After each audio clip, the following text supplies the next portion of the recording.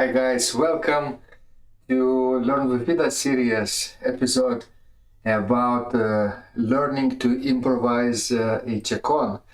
Welcome, Don. Who else is in the chat? Say hello. If you're watching it live, of course, ask questions, following along, and maybe even practice on your instrument. It will be very exciting. All right, let's start without any delay. What is a chaconne? Chaconne is a set of variations over the ground bass, over the usually pedal part on the organ. If you are not on the organ, the lower part, the lowest bass part is always a theme. Usually it's in 3-4 meter, 3-2 meter, triple meter basically, but there are chaconnes in duple meter also, but traditionally it's triple meter. All right, so I'm thinking about Buxtehude's chaconnes, right, Pachelbel's chaconnes, things like that. And I'm teaching you today with the aim for you to learn the cycle of variations and to then be able to either play your liturgy as a prelude or postlude, for example, on different registrations, softer or louder, or if you are an improviser for concert, you can actually play for other people as well, like a concert setting. It's actually a very good way to demonstrate organ capabilities, because with every variations you can tune and change the registrations and jump from manual to manual. So it's really a versatile form and set of variations, and you might have seen me improvise like that on a number of occasions. On St. John's Church at Vilnius University, on the big organ for graduation ceremonies and demonstrations like that. I've been doing this quite a lot these days. It's really a wonderful way to do this. All right, so let's see who else is in the chat. To say hello, as I mentioned before, I love questions, I love comments and feedback in the chat. And before we go any further, let's check what kind of sample set we are having. In Görlitz, we are in Görlitz, Peterskirche, sample set by Svelling, a Matis organ from 1997, and of course restored in 2024, augmented probably and developed into what it is today. It's a beautiful sample set, versatile, and it will be useful today as well.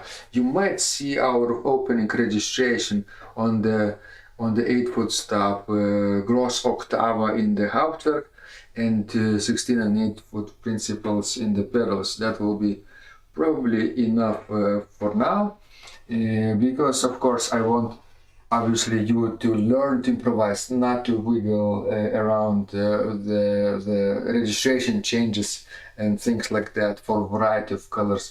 This is not the aim for this lesson. Today I'm going to teach you how to actually create a set of variations in the form of chaconne. Okay, so with this in mind, let's now let me improvise a little bit and show you what I mean. First of all, the theme.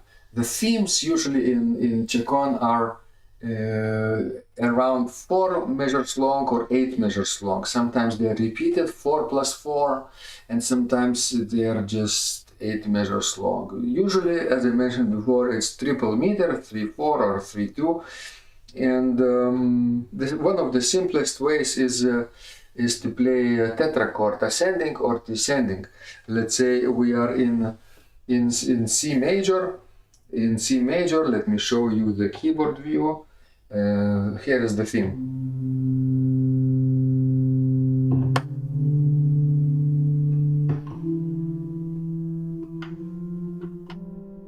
So I'm counting. 1, 2, 3, 1, 2, 3, 1, 2, 3, 1, 2, 3. Or with the pedals, it would be like this. 1, 2, 3, 1, 2, 3, 1, 2, 3, 1, 2, 3. These are four measures, right? And we simply repeat this fragment and make it into a complete set of variations. Into a theme, first of all, right? We have a theme, and then let's say a few variations tonight. We'll talk about each of them in turn. So we are in C major, starting with C, D, E, F, G, like this. All right. In 3/4 meter. What we have to do now is simply to harmonize the theme, harmonize this four-part texture, four-measure texture, right? And into maybe soprano, alto, tenor, bass chords. And the theme will have probably one chord per measure. 1, 2, 3, 4. Maybe on F we could have like another chord, right? 1, 2, 3, 2, 2, 3, 3, 2, 3, 1, 2, 3, and so on. So, what can we use? Let me show you the keywords. What can we use in the first measure? Obviously, C major chord, C, E, G, right? Obviously, it's the top. Right. On the second D, we could have either second scale degree chord D minor, or we could use dominant for 3 chord, which is the second inversion of the dominant 7th chord, built from the second scale degree. Tonic 6 chord, E, G, C, subdominant F, A, C, and the dominant G major chord, G, B, D. It could be done in open position.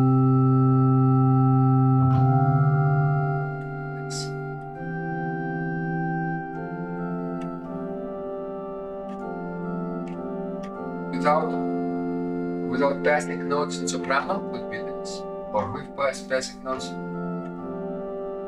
So feel free to use passing notes anywhere you see a third interval of the third, because then you could have F, A, F, E, D between F and D, or between F and A, ascending motion, F, G, A. Everywhere. You could even play C, E, G in quarter notes, but then use passing notes. You see? That adds a little bit of variety. But that's not the focus of the theme. Theme will be plain chords, basically. We will have more variety and rhythmical and melodical variety later on with the, so to say, other variations, right? But first let's play the theme. All right, let me turn off the mic.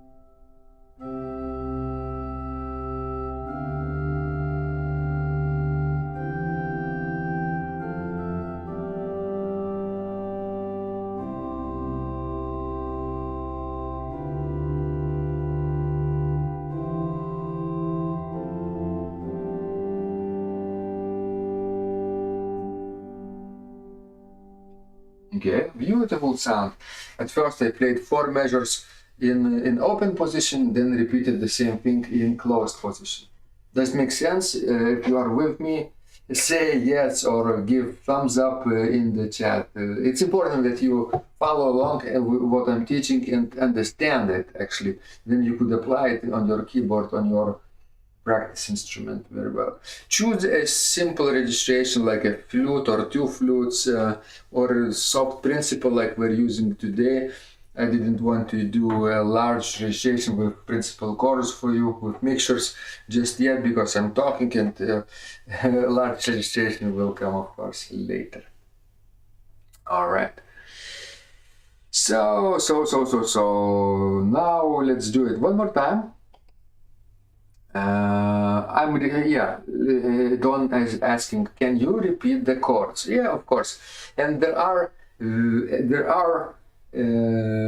several versions how you can harmonize this simple theme: C, D, E, F, G, C, D, E, F, G over four measures of theme, right? One of them, let me show you the keyboard, is tonic chord, C major chord, right?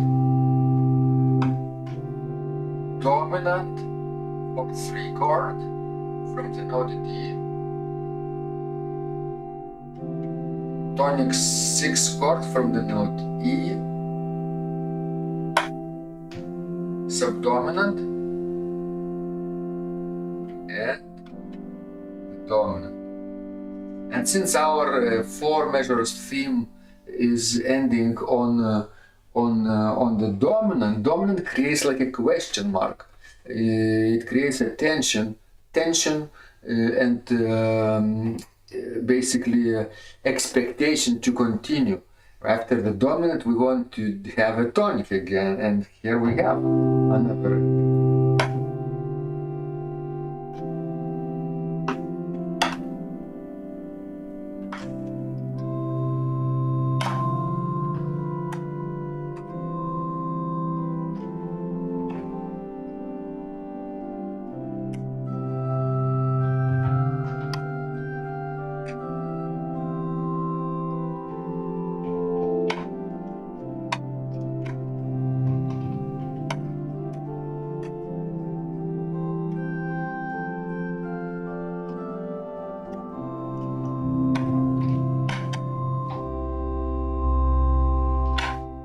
That was a little bit of fun. We're basically changing the chords once per measure, right on. Anyone else who's watching this live? Carla, hello. So, welcome. So, I could use it, of course, with pedals in this view for you, like this.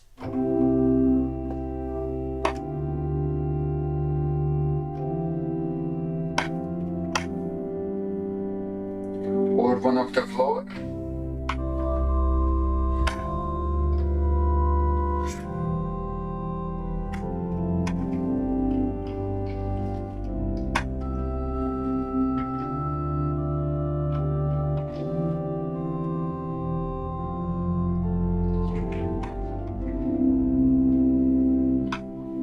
Right? Okay.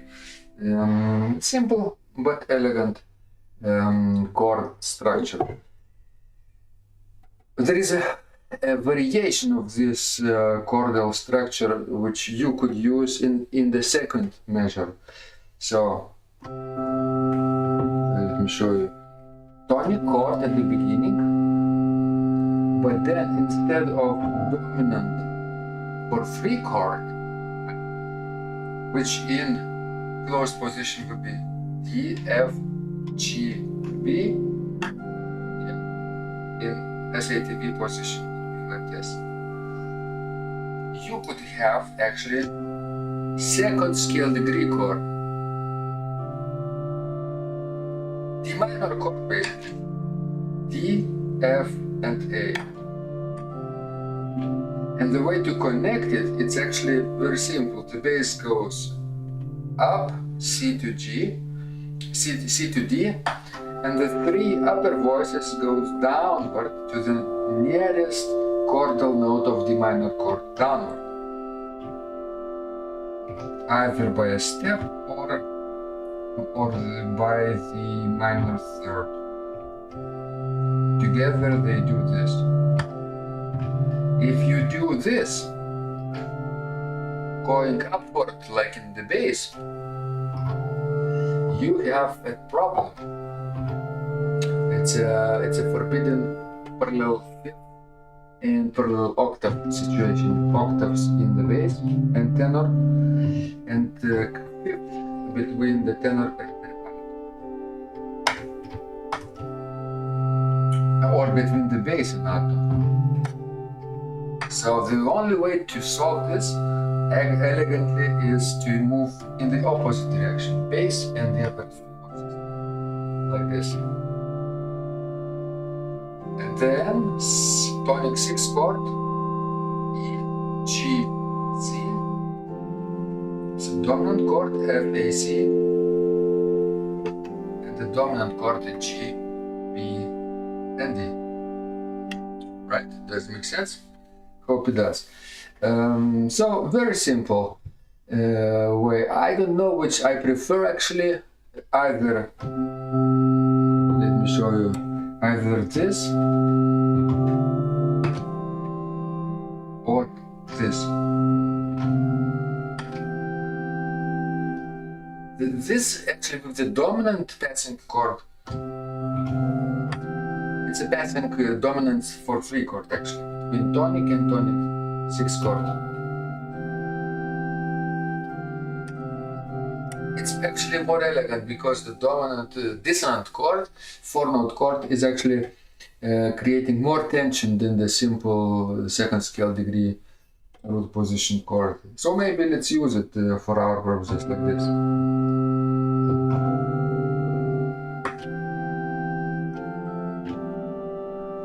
Feel free to reharmonize this in any way you want in the course of the variations actually later on. It's very beautiful if you suddenly start changing some harmonies also, but it's a little bit more advanced.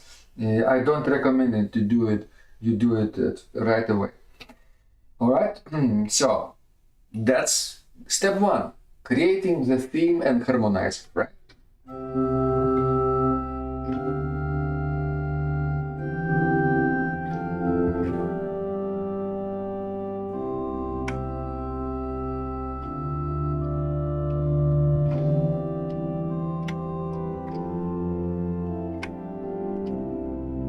And that's it. We simply repeat those harmonies twice, those 4 measures. What comes next is actually very interesting.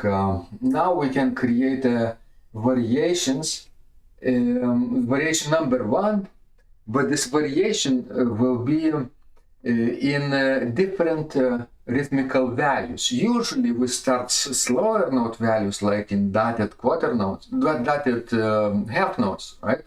1 chord per measures, or like in a third measure 2 chords per measure, because we have to switch between the bass note E and F, right? In order to finish, in order to fit 5 pitches into 4 notes, into 4 measures, right? Remember, we have 5 pitches: C, D, E, F, G, but only 4 measures. So one of them has to be a half note and another has to be a quarter note. 1, 2, 3, 1, 2, 3, 1, 2, 3, 1, 2, 3. Obviously, you could do this: 1, 2, 3, 1, 2, 3, 1, 2, 3, 1, 2, 3. Speed up the first 2 notes, or the second and the third. 1, 2, 3, 1, 2, 3, 1, 2, 3, 1, 2, 3. Or 1, 2, 3, 1, 2, 3, 1, 2, 3, 1, 2, 3. But more elegant actually is between E and F. 1, 2, 3, 1, 2, 3. 1, 2, 3, 1. This F becomes like a passing note between E and G. Does it make sense? I hope it does. With this in mind, now the first variation is very simple, and we have to now speed up the note values. all right? Instead of doing dotted half notes, we can have 3 notes per measure, 3 harmonies per measures. I mean, it still will be 1 harmony per measures, but 3 chords, 3 melodic notes maybe. Let me show you, like this.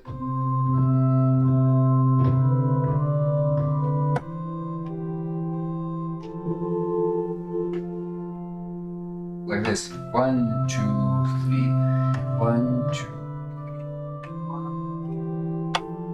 3, 1, 2, 1, 2, 3.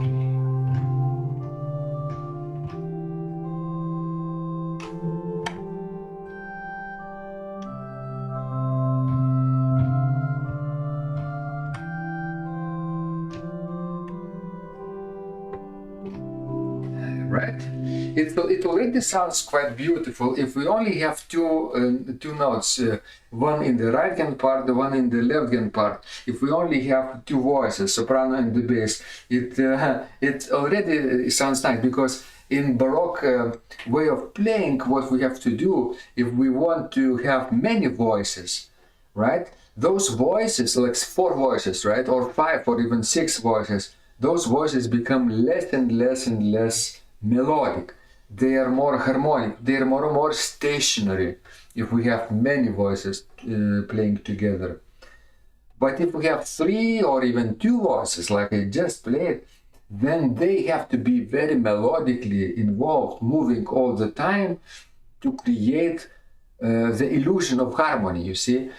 I could even create one single unisonic motion, let me show you, one voice in the right hand part, and you will hear the harmonies here.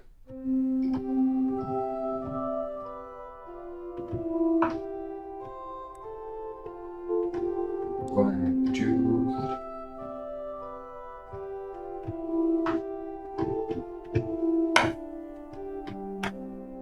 you can hear those harmonies behind those melodic notes, or this.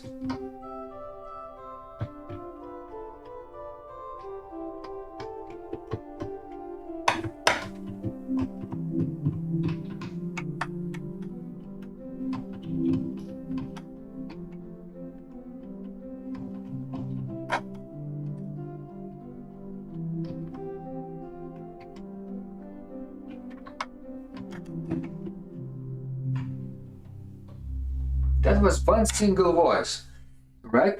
But I created lots of arpeggios with it, right? And those arpeggios help to create illusion of harmony. And that's what we need to do if we're playing only with the right hand and the left hand in 2 single parts, soprano and the bass. More harmonically involved voices like this.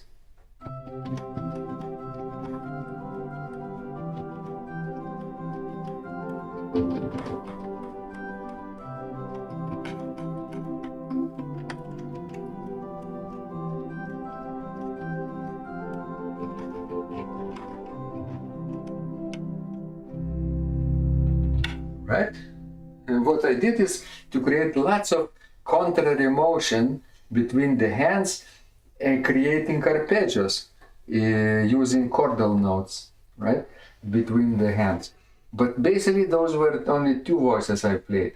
But now we are actually using 2, 3 or even 4 voices. So 4 voices can become less melodically involved than 2 voice texture, you see. Then bitsiniums have to move up and down all the way, because they have to create illusion of 4-part harmony. And 4-part texture don't always have to jump up and down, because all the voices can be sometimes stationary and only one of them can be moving, like the soprano or the bass. But the middle voices, alto and tenor, could be less stationary, especially less moving, especially the alto. Alto is traditionally the least movable jumping voice, alto. Tenor could be more melodically, of course, involved, more melodically active. All right. So with this in mind, let me now show you a way to create the first variation moving in quarter notes, 3 chords per measure, like 1, 2, 3, 1, 2, 3. Those 3 chordal notes, these 3 quarter notes will all contain the same harmony that we had before. We don't speed up the harmonies. We keep the harmonies constant with the bass. The bass actually could be played in the pedals, and all the time it could be a stationary line of these voices, of this motion, like this. 3.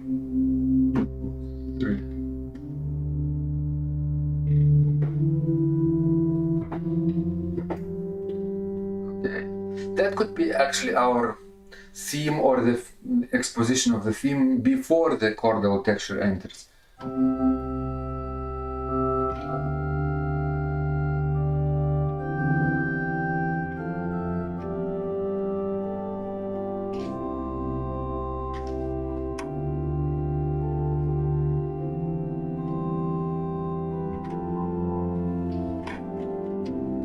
Like this. And then now we are getting to the variation number 1 in quarter notes, like this. You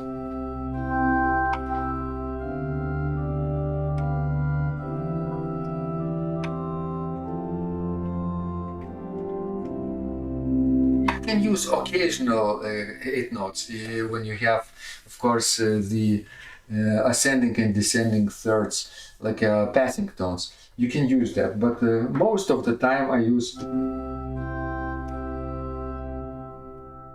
chordal notes, like this. From one position of C major chord to another position, or downward. Could be this.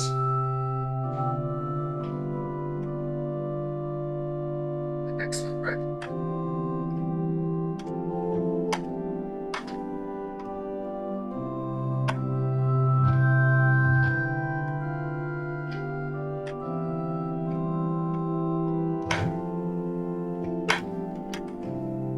It's already a nice variation like this, if you can play for 8 measures like this.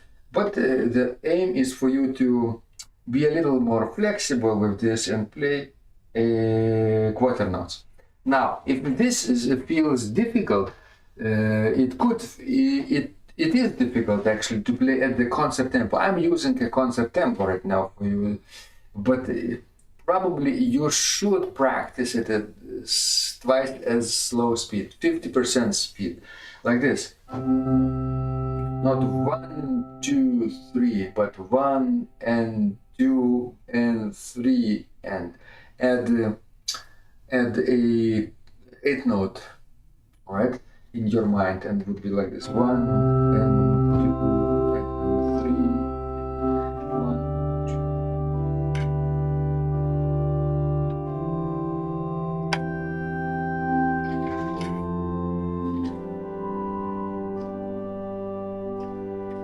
Another set of 4 measures.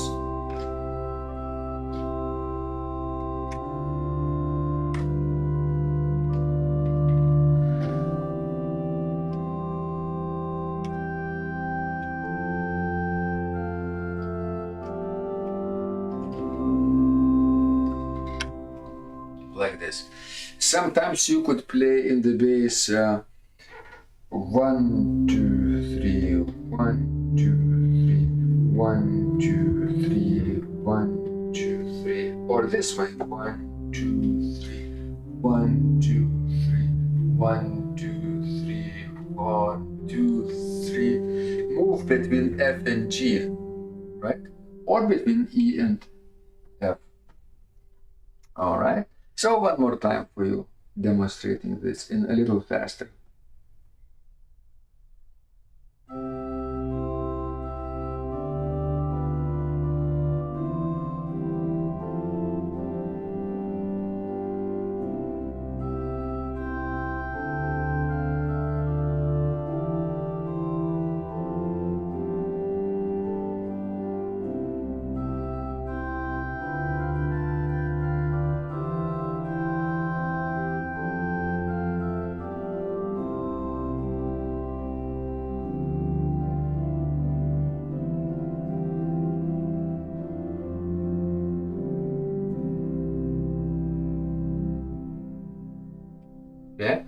it's already beautiful. And if you can play around and practice 3, 4, 5 sets of these variations, that would be very interesting indeed, because in every variations, even though you are moving in quarter notes, you can sometimes do this in ascending motion, sometimes in descending motion, sometimes in oblique motions, up and down, and every variation can be a little bit different and not rigid, not set in stone. That's the idea of of improvisation, right?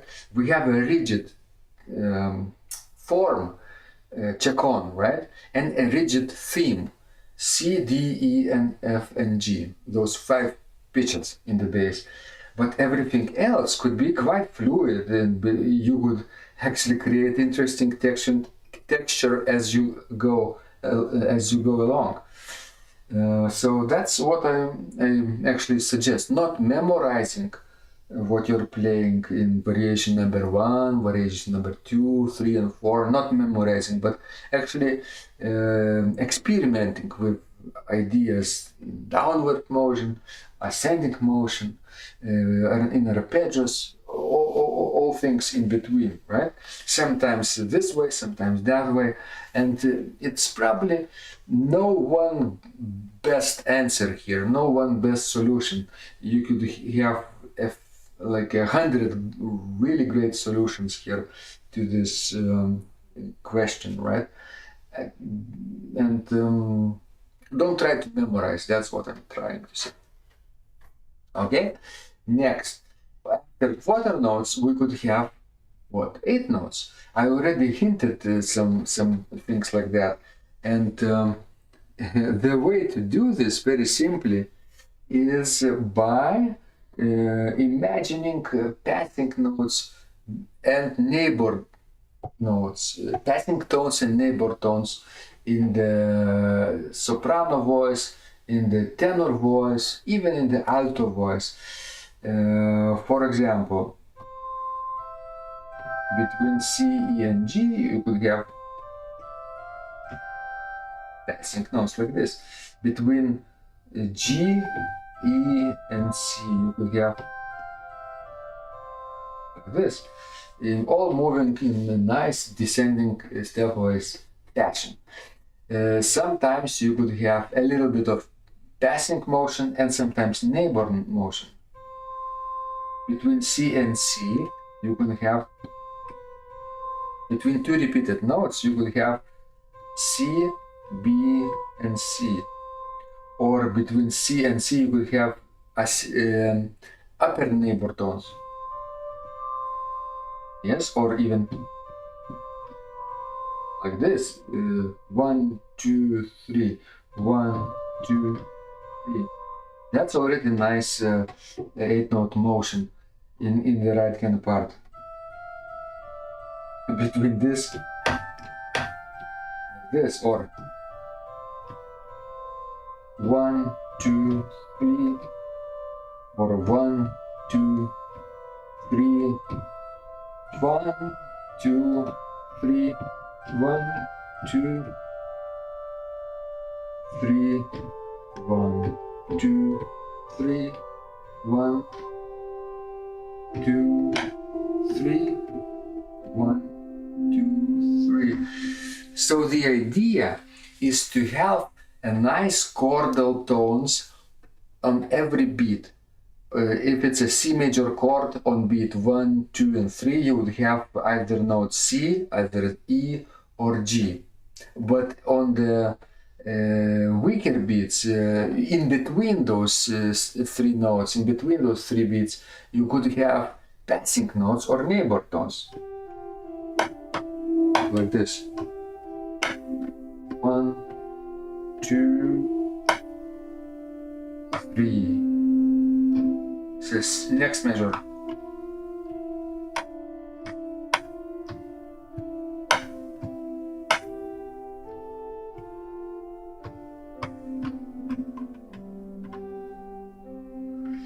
This jump by the octave is also very nice. A fifth is nice. A third skip of the third is also nice. So downward minor 6 is nice. Alright. Think about where are you going to land, where your next chordal note should be, depending on the harmony of the next measure, right? Or of the next beat.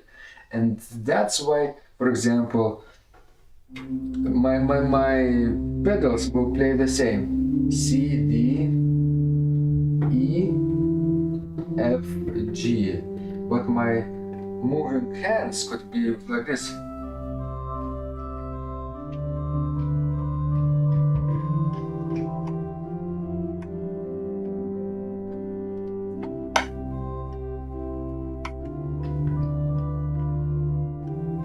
You could do even arpeggio.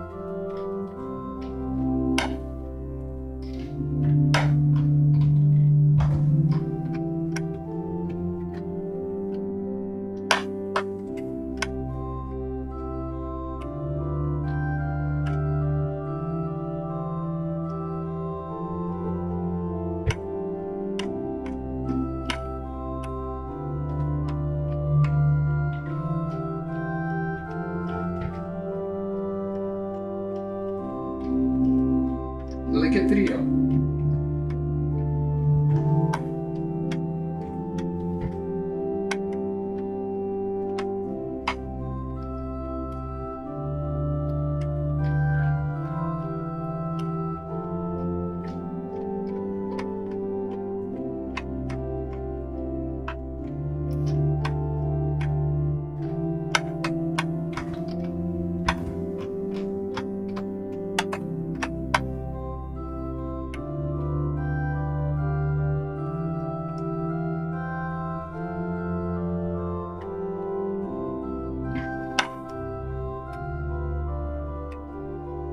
Play it for an hour here.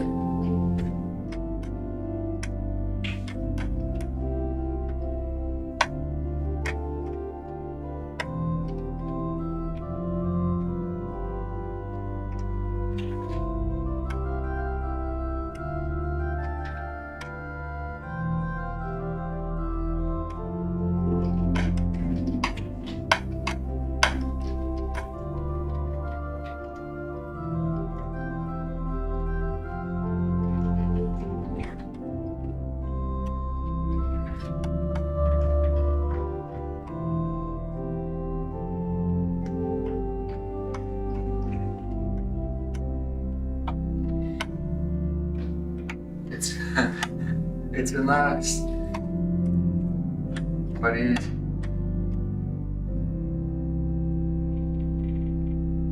Nice set of variations using only movable my hands, two voices, soprano and the alto, or soprano and the tenor, and the bass is always stationary: C, D, E, F, G. Right? Don says, I love this. I love it too, by the way, Don. It's actually more, did you see, more melodically involved and active voices than I would play chords, right? Because chords require what? 4-part harmony sometimes. And as I mentioned before, if you play 4 notes at a time, they're less active melodically than 3 notes. And what I did now, I actually played a trio: a soprano, alto, and the bass, like a violin, flute, or flute, violin, and the cello, right, with the double bass, or violin, oboe, and cello with the double bass. Double bass represents 16-feet registration in the pedals. By the way, in the 18th century music, it was almost always required. So, yeah, feel free to use just those the specifications, just 2 voices in the right hand part and the left hand part to experiment with nice rhythms and melodies. Trio texture, right? But if you want to do a quartet, like a nice soprano, alto, tenor, bass texture, where bass is playing always in the pedals, and then you have three upper voices to play around with. Then you could end up with something like this.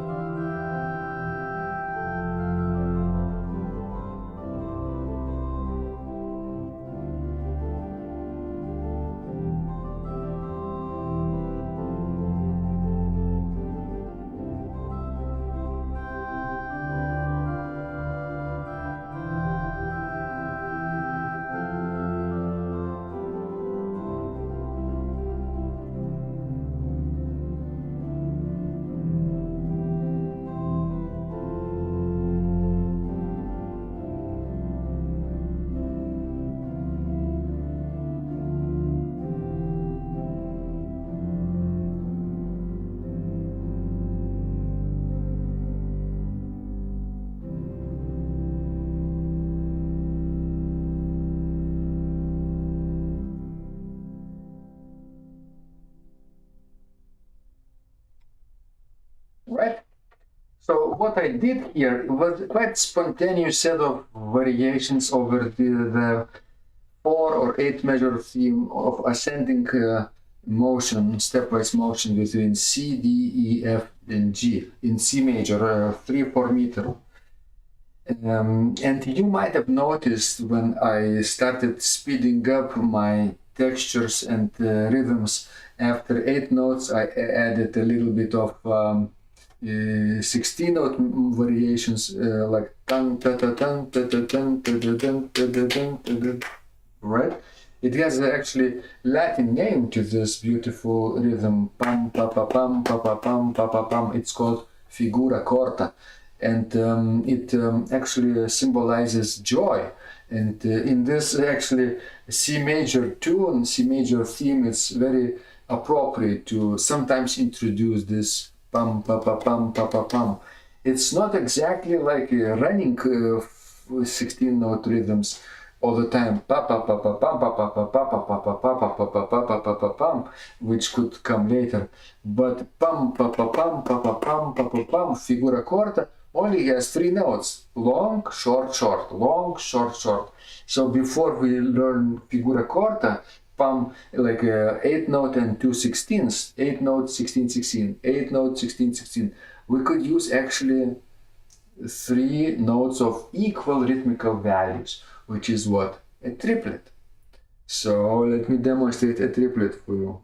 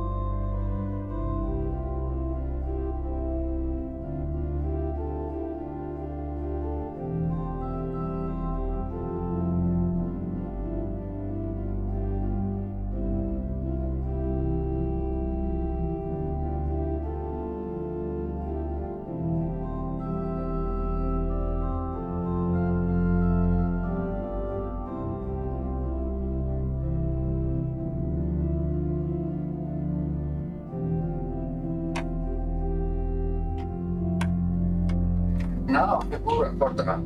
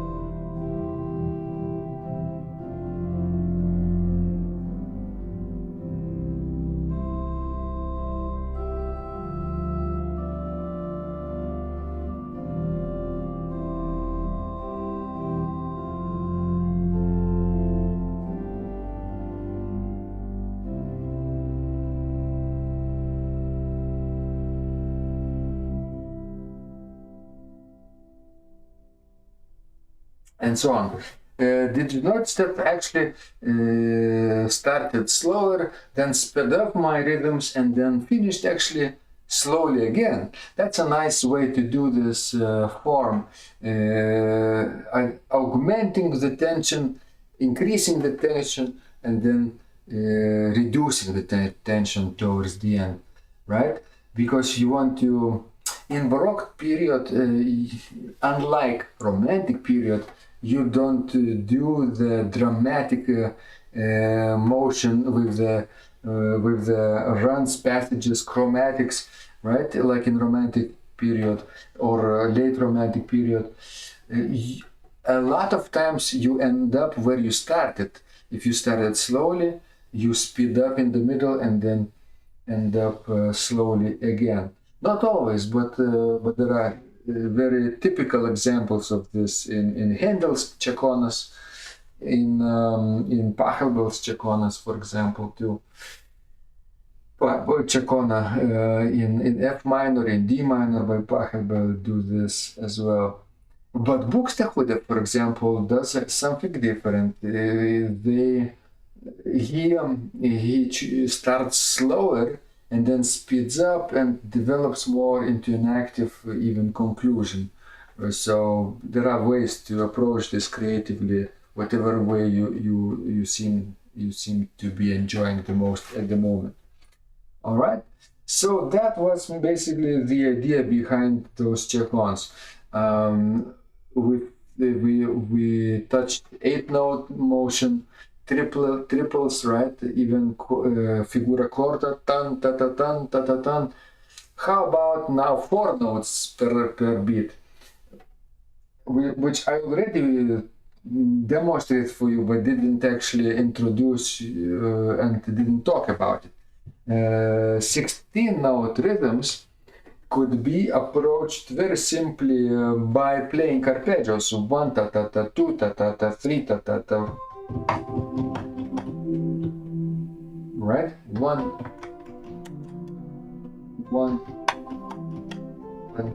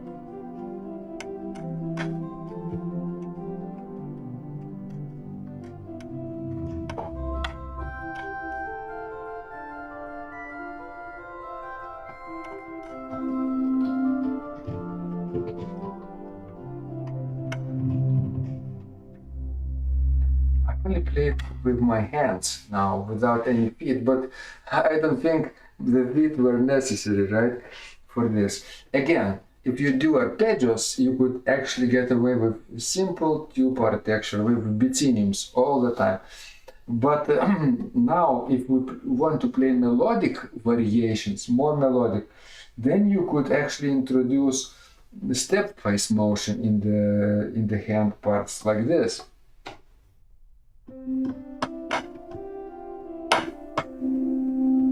Like this.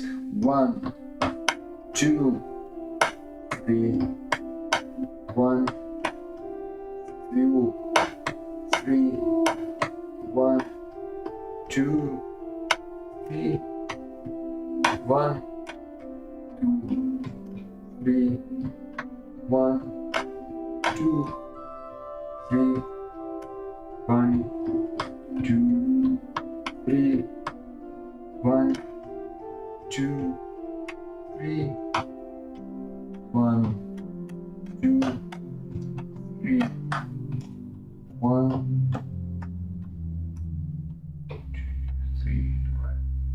A single voice. Sometimes I used melodic motion, sometimes even harmonic motion between the notes, arpeggios, right? Both ways are suitable, but my recommendation is simply for you to practice really slowly and discover the chordal notes on each beat, and then play the connecting notes, 3 notes before the beat, in a stepwise motion, in a stepwise fashion, like between C and E. You could do this 1 E and or between E and G you could do this like this. So between C, E and G you could play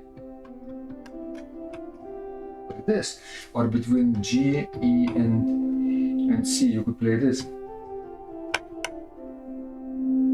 right? And simply you are emphasizing those chordal notes on the beat, but playing intermediate notes, passing notes, and neighbor notes between the beats. That's the main thing, right?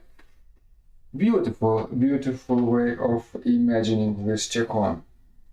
So with this in mind, the last, of course, demonstration could be everything put together.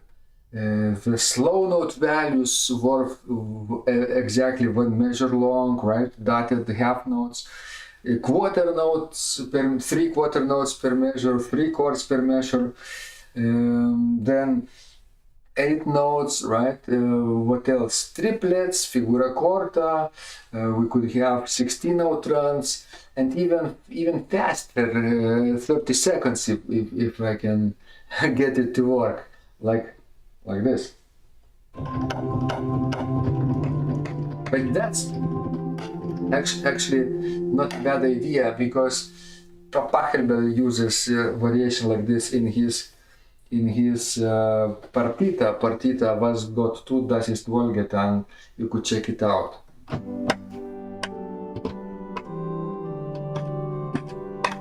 This.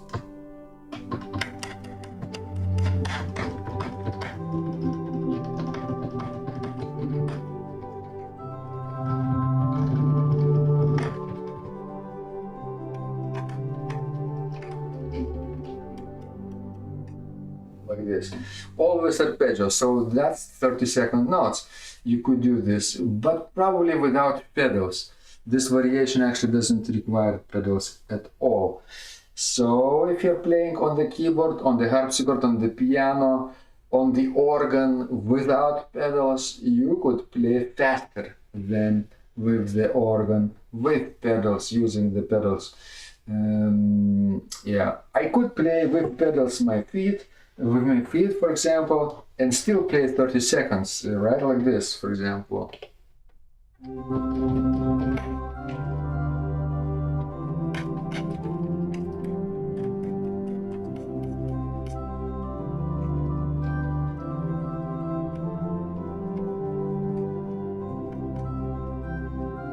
Like toccata.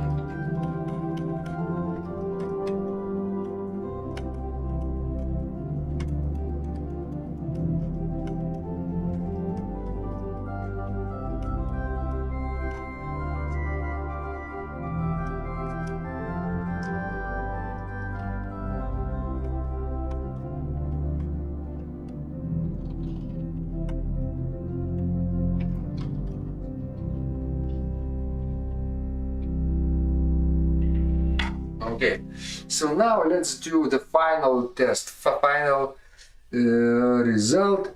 I want to demonstrate a little more active registration with 16 feet, like this. 16, 8, 4, quinta, superta, mixture, simple.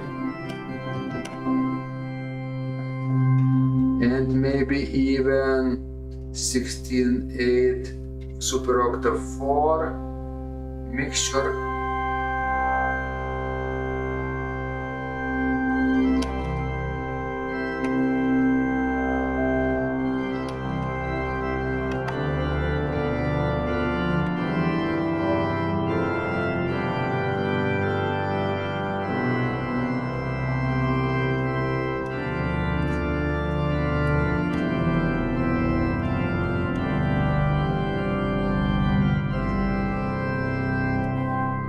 Maybe Posaune is a little too much, but yeah, probably a little too much. So this registration would be still doable, I think. Okay, so let me demonstrate for you one final run of the Chaconne and several variations, starting from the most slow and solemn style with loud registration. Everything will be, of course, in a solemn registration like this, with principal chorus with mixture, but I will gradually speed up and probably end also like I started, probably slow down at the end with the chords. Okay, the last time. Enjoy.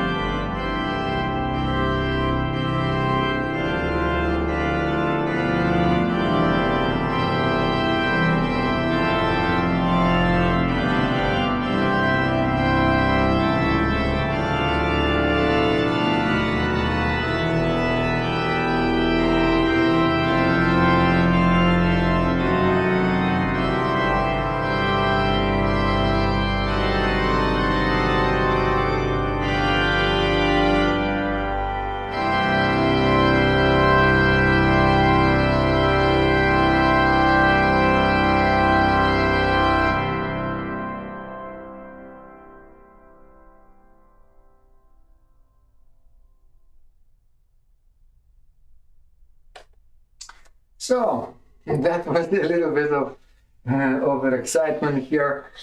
I didn't intend to go that far, but you can see what I did, hopefully.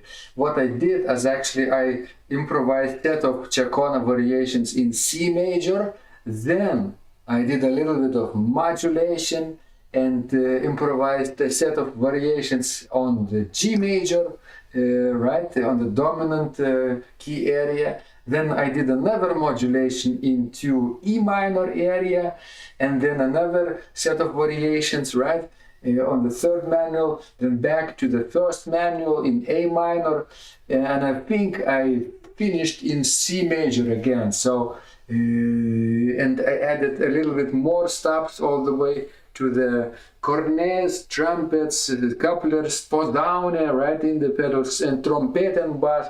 Basically, that was a little more active than I hoped, but I hope this was very optimistic for you at the end, and quite colorful as well. The reason I decided to do all those modulations and variations in different keys, that's because Dieterich Buxtehude did that in his Passacalias, for example, between the themes in D minor. Remember Passacaglia in D minor? He modulated from D minor to F major, right? And then did another variation or set of variations, or modulated from F major to A minor, and then another set of variations in A minor and back to D minor, so to say. So this was quite colorful, and if you have time to explore those various key areas in your improvisations, that's always a great idea to expand this and to start even softer. You could start with one principle and add a principle with each set of keys, and end up with a beautiful, not only principal chorus with mixtures, but couplers and even trumpets and cornets. Basically a very powerful combinations of stops, depending on your organ, of course. All right, if you have questions, let me know in the chat or in the comments when we are finished. So send me, of course, more questions. I love helping you grow. And thanks so much for your support, all the copies, all the donations, all the virtual tickets, so to say, and memberships are greatly appreciated and helps me to get even more excited to help you grow as an organist, of course. And remember, when you practice, miracles happen.